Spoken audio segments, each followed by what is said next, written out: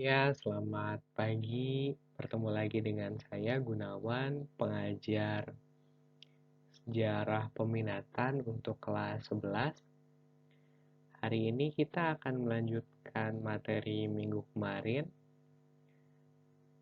mengenai kerajaan-kerajaan Hindu-Buddha bercorak maritim, part 2, karena lanjutan materi minggu kemarin.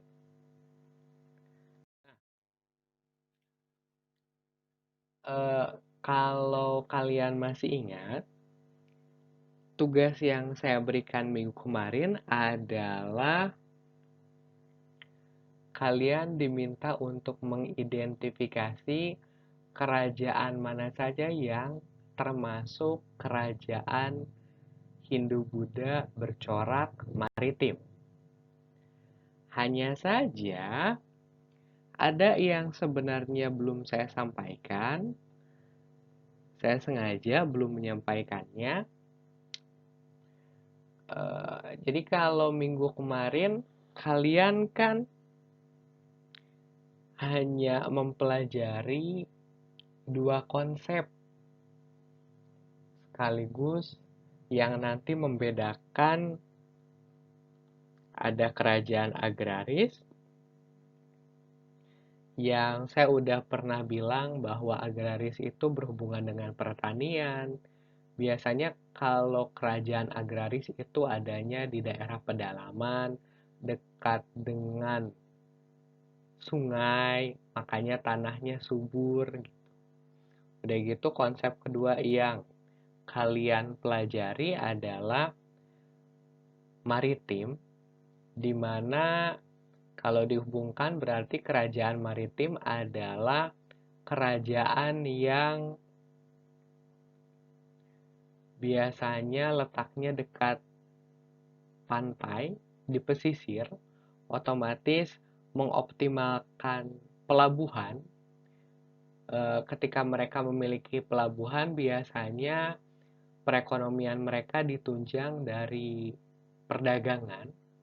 Dan biasanya untuk mempertahankan keamanan pelabuhan mereka, untuk tetap membuat para pedagang dari mancanegara atau kerajaan lain tetap nyaman, biasa berdagang di sana, biasanya mereka punya armada laut untuk mengamankan pelabuhan.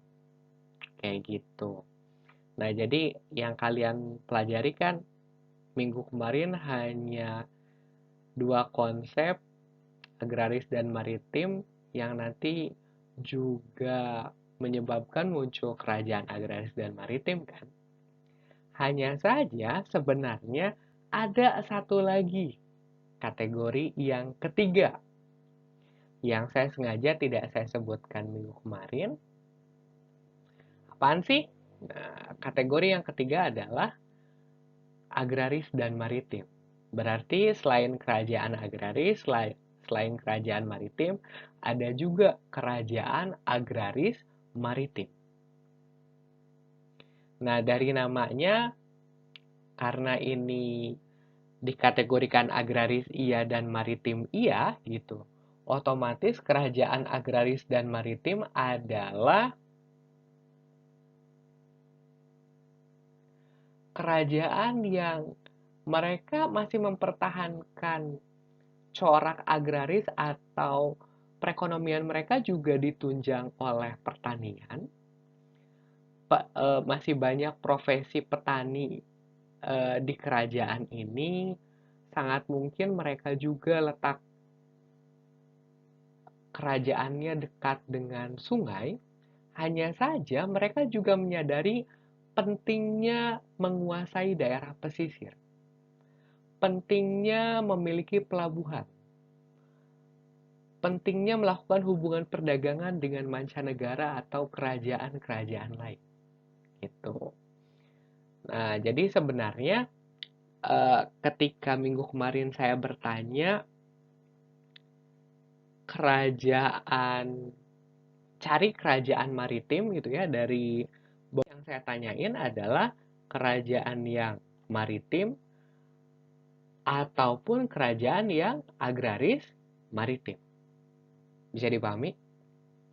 Nah, jadi ketika minggu kemarin saya menanyakan kerajaan mana saja yang termasuk kerajaan maritim, itu juga bisa menanyakan kerajaan yang agraris maritim. Gitu. Karena kalau kerajaan yang murni maritim di Nusantara itu sedikit, bahkan di bawah 5 gitu. Cuma satu mungkin yang terkenal. Gitu. Jadi sebenarnya yang kemarin ditanyain itu bisa maritim, bisa agraris maritim. Tapi udah pasti bukan agraris, bukan ini. Kayak gitu. Itu jugalah yang menyebabkan kenapa kerajaan seperti Kutai itu saya anggap salah gitu ya. Atau Tarumanegara, Tarumanegara.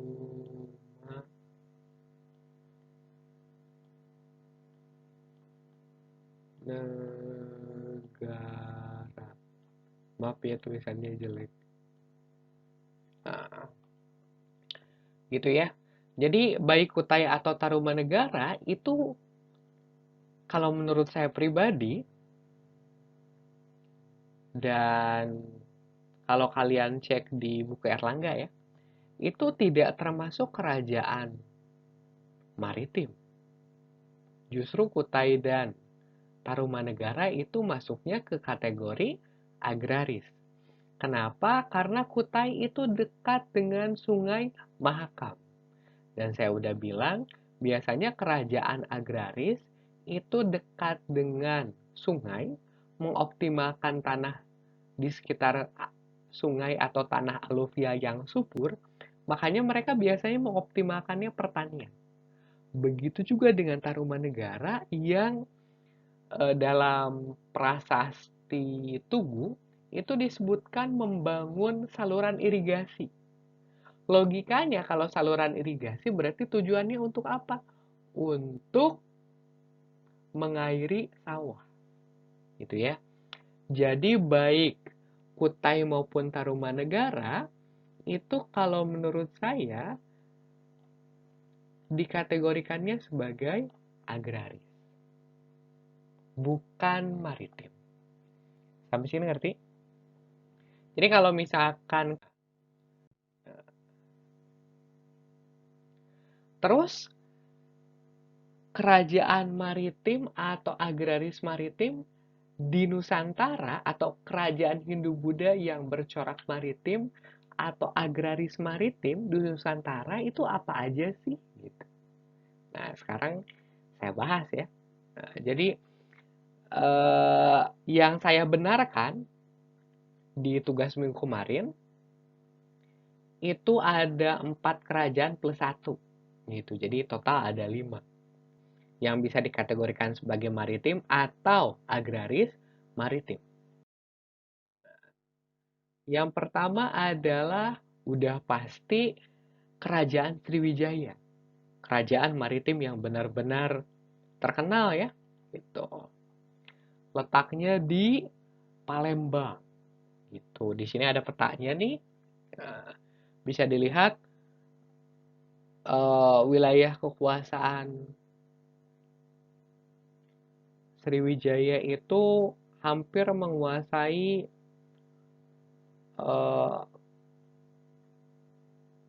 tidak hanya seluruh Pulau Sumatera saja, bahkan sampai Selat Malaka, udah gitu yang sekarang jadi Malaysia, bahkan prasastinya juga ditemukan di Thailand, gitu ya. Dan kalau minggu kemarin kan salah satu tugasnya adalah mencari, selain mengidentifikasi kerajaan maritim itu mana aja, juga dengan alasannya. Nah, untuk alasannya udah jelas karena Sriwijaya itu menguasai Selat Malaka dan untuk mempertahankan keamanan Selat Malaka dan kapal-kapal dagang yang berlabuh di pelabuhan-pelabuhan milik Sriwijaya. Biasanya Sriwijaya punya armada laut yang kuat gitu untuk mengamankan eh, pelabuhan-pelabuhan mereka, pesisir-pesisir mereka, sekaligus untuk menghadapi ancaman dari negara-negara luar. Karena Sriwijaya juga tercatat beberapa kali melakukan pertempuran dengan mancanegara atau kerajaan lain. Itu yang pertama. Yang berikutnya adalah Kerajaan Medang Kamulan atau Mataram Jawa Timur dan dikenalnya dengan dinasti Isyana. Jadi kalau Mataram kuno, ketika Mataramnya masih berkuasa di Jawa Tengah, itu terkenalnya dengan dinasti Sanjaya dan Sailendra. Kalian sebenarnya sudah belajar ya waktu kelas 10. Nah, ketika nanti terjadi letusan Gunung Merapi sampai akhirnya kerajaan Mataram itu pindah ke Jawa Timur dan nanti namanya juga dikenal sebagai Medang Kamulan, dinastinya nanti dikenalnya sebagai dinasti Isyana. Dinastinya Empu Sindok yang memindahkan kerajaan dari Jawa Tengah ke Jawa Timur atau Jawa bagian tengah ke Jawa bagian timur. Karena lagi-lagi saya ingatkan Indonesia belum ada kan gitu, otomatis pembagian provinsi juga belum ada. Hanya memang kalau lihat sekarang awalnya memang berada di yang sekarang jadi Jawa Tengah, tapi nanti ketika dipindahkan sudah letusan Gunung Merapi itu ke wilayah yang sekarang jadi bagian dari Jawa Timur. Nah, jadi maksudnya dinasti Isyana itu dinasti yang didirikan oleh Empu Sindok, gitu ya. Jadi bukan berarti wah Isyana nih gitu. Jadi bercanda enggak, beneran. Dinasti Isyana itu ada, didirikannya sama Empu Sindok. Nah, di sini ya, di sini ada keterangannya nih. Wah, ini yang masih Jawa Tengah kan? Dinasti Sanjaya ini berkuasanya di utara, sedangkan Sailendra itu berkuasa di selatan. Hanya saja gara-gara nanti ada letusan Gunung Merapi itu pindahnya ke sini kan, ke Jawa bagian timur gitu oleh Empu Sindok. Masa logikanya bagaimana mungkin Sriwijaya yang memiliki armada laut logikanya bagaimana mungkin Sriwijaya yang dikategorikan sebagai kerajaan maritim, kerajaan yang memiliki armada yang kuat itu bisa kalah gitu kan oleh kerajaan Medang. Pasti kerajaan Medang juga dari Jawa bagian timur nyerang ke Sumatera pasti punya armada yang kuat juga kan. Ngerti?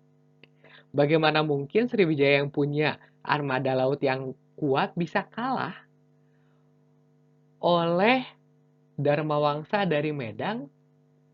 Pasti Dharma Wangsa juga, Medang Kamulan juga punya armada laut yang kuat.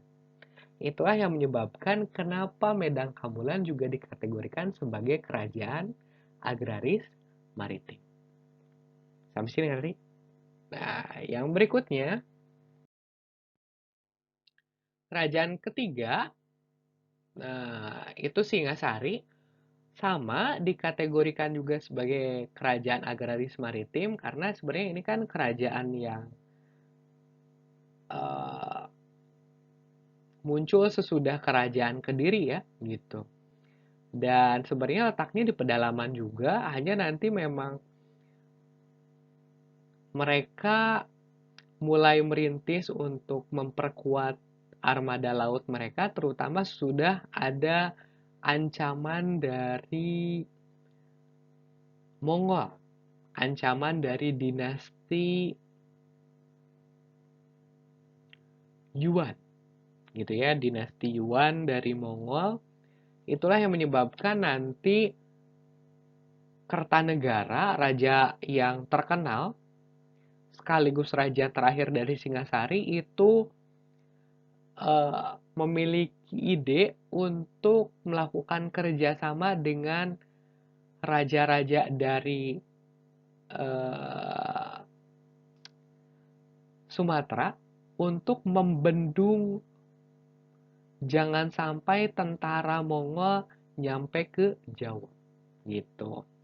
Nah, upaya Kertanegara untuk bekerja sama dengan raja-raja di Sumatera, bekerja sama dengan raja Melayu gitu ya, membendung Mongol jangan sampai datang ke Nusantara, sampai ke Singasari adalah di sini disebut ekspedisi Pamalayu gitu. Dan ekspedisi Pamalayu ini bukti bahwa Singasari juga kerajaan maritim. Kayak gitu. Itu ya. Dan kerajaan keempat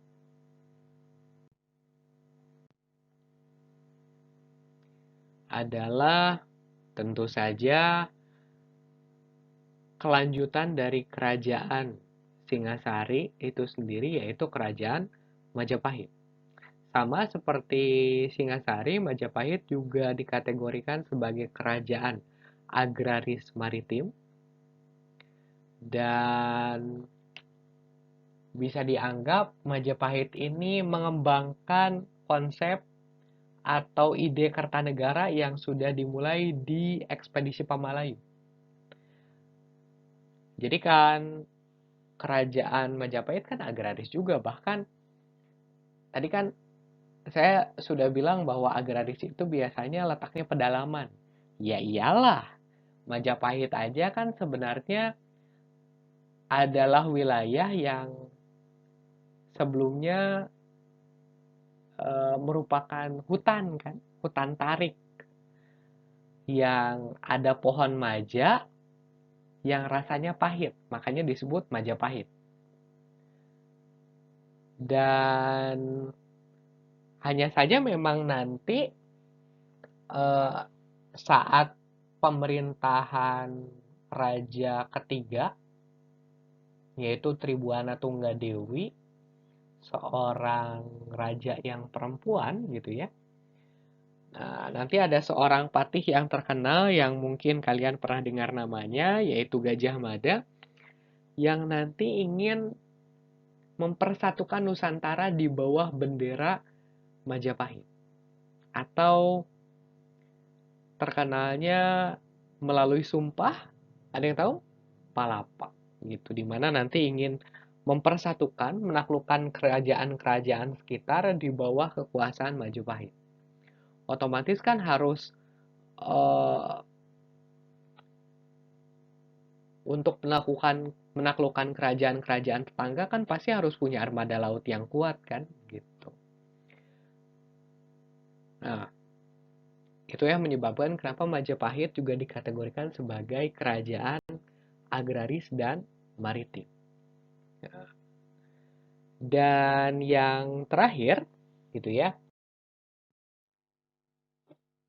Ya sebenarnya awalnya saya hanya menentukan kerajaan maritim atau agraris maritim. Maritim dan agraris maritim itu totalnya 4 gitu ya. Hanya saja ada satu kerajaan lagi yang dapat dikategorikan maritim walaupun memang kenapa sebelumnya saya tidak masukkan, awalnya cuma 4 yang tadi saja, karena memang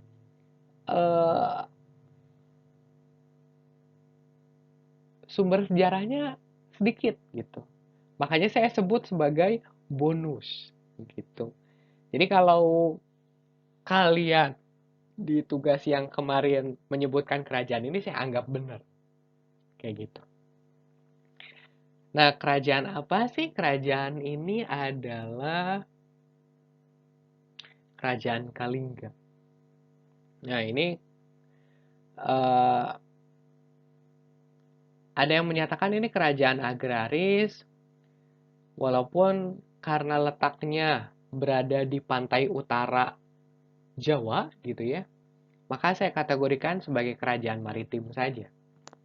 Nah, jadi karena letaknya di pantai utara Jawa, berarti di pesisir otomatis fokusnya adalah perdagangan, gitu ya. Makanya dikategorikan sebagai kerajaan maritim. Bahkan eh, dari kerajaan Kalingga juga atau Holling ya, itu kan kerajaan yang cukup terbuka karena nanti hmm, kerajaan ini juga menerima para biksu atau ya para biksu gitu ya dari eh, para biksu yang beragama Buddha gitu. Bahkan nanti sempat ada semacam proyek gitu untuk bagaimana menerjemahkan kitab agama Buddha menjadi bahasa Jawa. Kayak gitu. Bisa dicek lagi lah ya. Nah, jadi intinya siapa kemarin yang jawab kerajaan Kalingga saya benarkan. Nah, yang berikutnya dipahami? Masih bingung? Nah, untuk kalau tidak seperti biasa tugas. Nah, tugasnya adalah sama seperti kemarin-kemarin, kita bikin tabel lagi gitu ya. Jadi bisa dibaca di sini, cari keterangan tambahan eh, untuk kerajaan-kerajaan yang tadi sudah dibahas. Keterangan tambahannya apa? Keterangannya itu kerajaannya didirikannya pada abad berapa, sumber sejarahnya apa saja, raja yang terkenalnya siapa. Tadi beberapa saya sudah sebutkan. Udah gitu peristiwa yang terjadi, peristiwa yang terkenal gitu ya. Ada perang apa misalkan. Udah gitu peninggalannya apa aja. Misalkan ada candi apa dan sebagainya. Nah, contoh tugas nanti tabelnya kayak gitu ya. Nomor berarti ada 5 ya. Kalingga sampai Majapahit.